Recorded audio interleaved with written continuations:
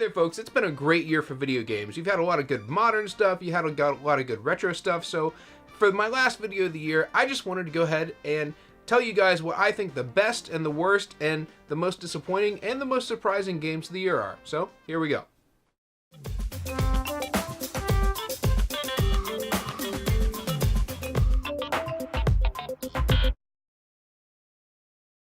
Alright, so just to explain what's going on here, I have two categories of games I'm doing here. I'm going to do my best game of the year in both the modern and the retro gaming categories. Now obviously the retro gaming category didn't come out this year, so that would just be a game that I played either for the first time or played all the way through for the first time in this year. And that's pretty much how this is going to go. The modern one, that makes sense. That's, you know, it is what it is. So we're going to do the best, the most surprising, and then also the most disappointing game. And I think that's probably going to surprise the most people, what I would consider the most disappointing game. But I have my reasons for it. But before we get to that, I just want to go ahead and give an honorable mention to a game called Axiom Verge. Now, I don't think there's enough people talking about Axiom Verge, at least not right now, which is actually really interesting because it just got re-released on the Switch as a physical release. Now, technically, it wouldn't be a game of 2017 because I think it actually came out last year, but if you've not heard of Axiom Verge, it's basically a Metroidvania where instead of just like in Metroid, when Samus gets like the Ice Beam, she has the Ice Beam forever, and that's it. It's not that way in Axiom Verge. When you get a new weapon, you can switch freely between 20-something different weapons that you can get in the game. And you can also get a lot of other really cool power-ups, like the ability to teleport, and you get this little like bug drone thing that you get, and you can launch him and teleport to where he is. And it's just a really, really cool, really good take on a Metroidvania game. So if you haven't checked out Axiom Verge, that's my honorable mention for the year. It was actually suggested by one of my Twitch followers that I play it through on a stream, and I just had a blast. I had a ton of fun. It was a little cryptic at the end, but I was able to work my way through it, and that is one of my honorable mentions, or really, that is my honorable mention for 2017. Alright, so the next category I want to hit is my most surprising game of 2017 that I played. And again, I'll do a retro category for this and a modern category for this. But first I'll start out with the retro category. So for that, I've got, there's a game that's a little bit obtuse. It only costs actually about $3 on the NES, that one of my Twitch followers, again, suggested that I try. And that game is Legacy of the Wizard. Now, this game gets, if you watch, I think Angry Video Game Nerd may have done a video on this, and I think this game gets an unfair shake, and since we're talking about Metroidvanias anyway, having just talked about Axiom Verge, this is kind of a Metroidvania. It's not a Metroidvania in the sense that you get more power-ups as you go along and that sort of thing, although there is a little bit of an element of that. But it's the kind of thing where you've got this big massive dungeon, and you can choose between, I think it's 5 or 6 characters at the beginning, and the goal is to get all 5 or 6 of those characters through the dungeon, and all those characters have different abilities and they all have to get through it a different way.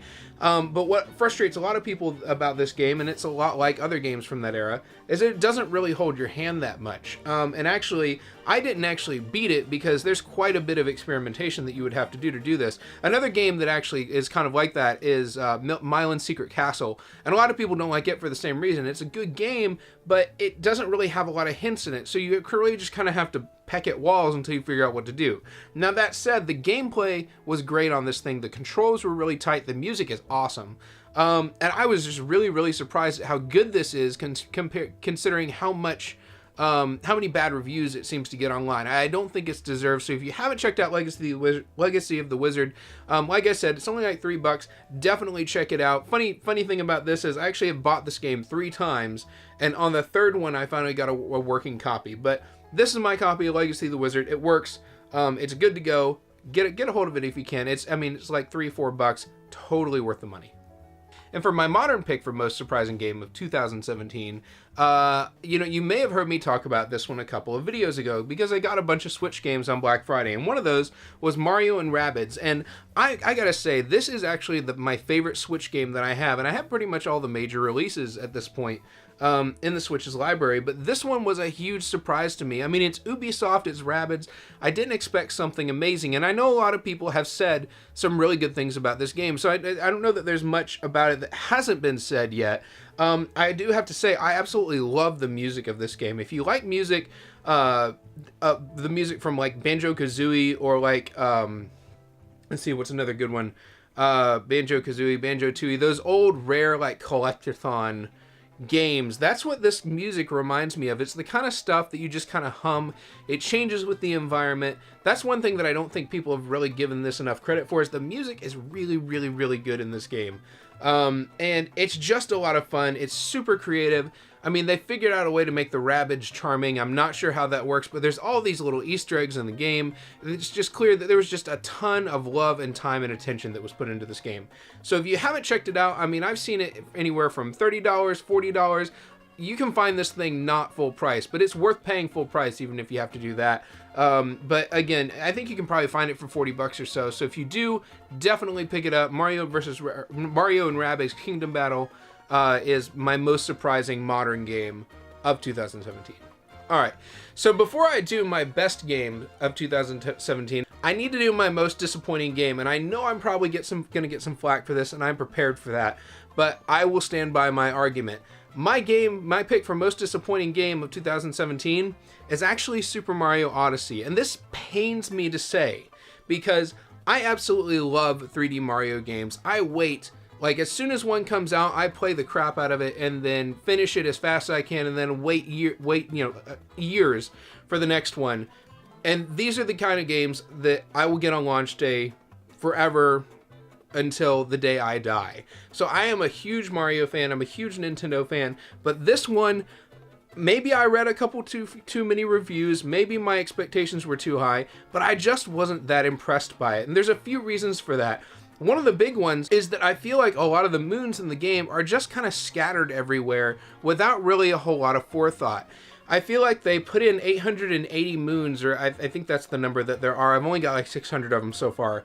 But I feel like they put in all of these 800 whatever moons just to say, hey, there's a crap ton of stuff that you can collect in this game. There's a ton of replay value. You're going to be playing this game forever. But I don't feel like most of those moons are actually put in a good, thought out way. Like, there's literally one early on that you find on top of a rock, and it's just sitting there staring at you. And there's a bunch of them like that, where you just do some really basic exploring of a level and you get rewarded for it, you get a moon for it. That makes me feel like there's not a lot of depth there. And the thing is, that's untrue, because a lot of those later moons, there is a lot of depth to them, and you do really have to look for them. And once I got into it, got past my like 150th moon or so, I started really enjoying it. But that's the problem. I shouldn't have to literally finish the entire game the first way through to start enjoying it, because that's like 10 hours or so of gameplay there. That I just felt like it was too easy, and that really, for a Mario game, is a little rough for me. It just feels a little it feels like it lacks direction. The other thing that really, really disappointed me about this game, and again, this is probably in my top 10 for the year, maybe even in my top 5, but the other thing that really disappointed me about this game was actually the music. And I get what they were going for. I know they were going all over the world, so they took cultural influences, cultural styles from all the different cultures that they were reflecting in all the different worlds. I get that, and that's a really cool idea. But one thing that 3D Mario games always have is they always have a unifying theme that's used repeatedly throughout the game and kind of ties things together. Mario Galaxy had the Good Egg Galaxy and the Gusty Garden Galaxy themes, and that was used throughout the whole game, and it was tied into the theme song, and it was tied into the end credit song and everything else. Super Mario 3D World did the same thing. Most of the 3D Mario games had this kind of overarching musical score, musical thing. They're doing new music, but they include little bits of the stuff that you've already heard before, and so it's building on itself. Mario Odyssey just doesn't really do that. I actually downloaded the soundtrack for this game, and if you just listen to all those different songs in that game, you can't tell they're all from the same game. It just seems disjointed, and that really bugged me, because the music of a 3D Mario game is a huge thing for me. Now, I do think it's cool there's 8-bit versions of each of the songs, and I think that is actually a really good choice, and so there's not bad things about it, but that underwhelmed me, like, seriously, compared to the music from like Mario Galaxy or something like that. I just feel like it wasn't unified. It was disjointed, and that's kind of how I feel about the whole game. A lot of it was just kind of thrown in there just to say more without actually making it better, if that makes sense. Now, all that said, I love the movement, I love the hat physics, I love the platforming itself, but the package just seems a little bit scattered to me. and a little bit unfocused, and that was really disappointing. Again, I was playing it last night. I'm not going to stop playing it until I have every moon, but just strictly in terms of what is my most disappointing game, I'm sad to say it was Mario Odyssey. So that's my pick for most disappointing game of 2017. Sorry, folks. All right, and now my pick for best retro game of 2017. And again, this is not a game that was released in 2017. This is just one that I played. One that was released on the Switch in 2017, at least in its completed form, was Disgaea 5. And you'll see there's a bunch of characters here on the front. And if you look, there's a couple of these little penguin guys. Those little penguin guys are called Prinnies, and those are kind of a recurring character throughout the entire Disgaea series. And the cool thing about the Disgaea series is that it has these really over-the-top cutscenes and these over-the-top storylines and all that kind of thing, but in the end, it's all really goofy and it doesn't take itself too seriously. The Prinnies are a big part of that, and they've kind of become Nippon Ichi, the developer, they've kind of become their mascot over the years, and they're the kind of the thing that everybody associates with them. Well, they got their own game a few years ago that was just simply called Prinny, and then there's a sequel called Prinny 2. And I believe the first Prinny game is called Prinny, Can I Really Be the Hero? And I think I got that right. Correct me in the comments if I'm wrong. And the second game is called Prinny 2, Dawn of Operation Panties, dude. It's a really weird name, I know, but if you like old school platformers, this is a fantastic game. It's super, super, super hard, but it's super goofy, super zany, and super tight and polished. The controls are super, super tight. They're a little weird. The jumping is like in, if you've ever played any of the NES Castlevania games, when you jump, you can't control your direction while you're in the air. If you jump going a direction, you're going to go that direction until you land. So a lot of people don't like that sort of control style, and if you don't, then maybe this isn't the game for you. But if you like platformers, if you like just kind of goofy things, they're really charming, check out Prinny 2. It's a really, really great game, really tight. I've probably never been more frustrated with a game in my life, but every single time you die, you're getting a little bit better. And there are very few games that I've ever played in my life that give me the sense of accomplishment that this one does.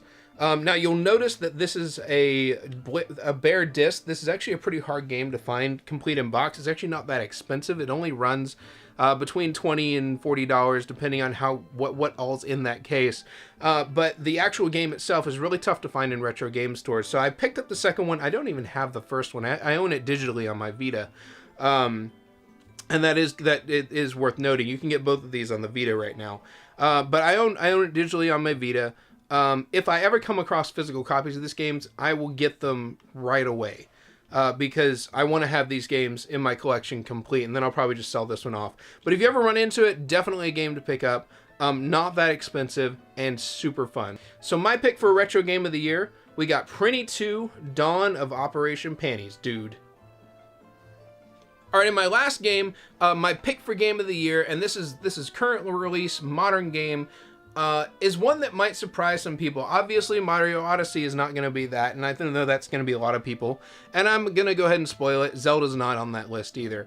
Zelda might be in my top 10, but it's not even probably in my top 5. It just didn't really do it for me quite the same as it seemed to do for a lot of other people. This one kind of bridges the gap between retro and modern because it was actually based on an older series and it actually was an updated version of it. Now, I have no nostalgia for this. Just to say this before I tell you what my pick is, I have no nostalgia for this series at all. Because I grew up as a Nintendo kid. I didn't even have a Sega or anything Sega related for the longest time since until way after this came out. So I really have no nostalgia for this series. But my pick for Game of the Year is actually Wonder Boy: The Dragon's Trap. Now, this is the limited run games collector's edition version of this, and it should mean something that I have this particular version of this game because I own no other limited run game. Period. I've never actually sat at my computer and waited until the second that something was online to buy it like I did with this one. And so that should tell you how much I love this game. The controls are super tight. It's just really, really fun to, I mean, the controls are super tight. The music is absolutely fan-freaking-tastic. I downloaded the soundtrack, and it's really a bunch of updated versions of the old music, and it's just done so well. There's a ton of extra music on that soundtrack, too, that's awesome. It's just, the music is fantastic, the presentation is fantastic, the graphics, everything was entirely redrawn. It's got that really cool retro to modern thing where you can switch between modern graphics and retro graphics in the middle of playing the game just with a touch of a button, which is really, really cool. It's just a fantastic package, and if you haven't picked this game up, I think it was actually probably the second game that I got for my Switch, because I got the Switch on launch day. I had Zelda like everybody else, and I was looking for something else to play. I had a long plane trip to Vegas, and I picked this up, and ever since I picked it up, I keep going back to it, and they keep adding harder modes and different things via DLC. They're still supporting it. It's just a great game. Lizard Cube did a phenomenal job with this thing. So that is about all I have to say about Wonder Boy the Dragon's Trap. Like I said, if you haven't picked this one up, I think it actually just went on sale last week. It's starting to go on sale more and more. There's really no reason not to pick this thing up because it is a phenomenal game. So that's about it for me. A lot of people are going to disagree with me. I know that. I'm prepared for that, especially when it comes to Mario Odyssey. So whether you agree, whether you disagree, go ahead and sound off down there in the comments. I'll read through, I'll respond. Let's have a conversation about it. But until then, like, comment, subscribe, do all that YouTube stuff. And until next year, I'll see you guys next time.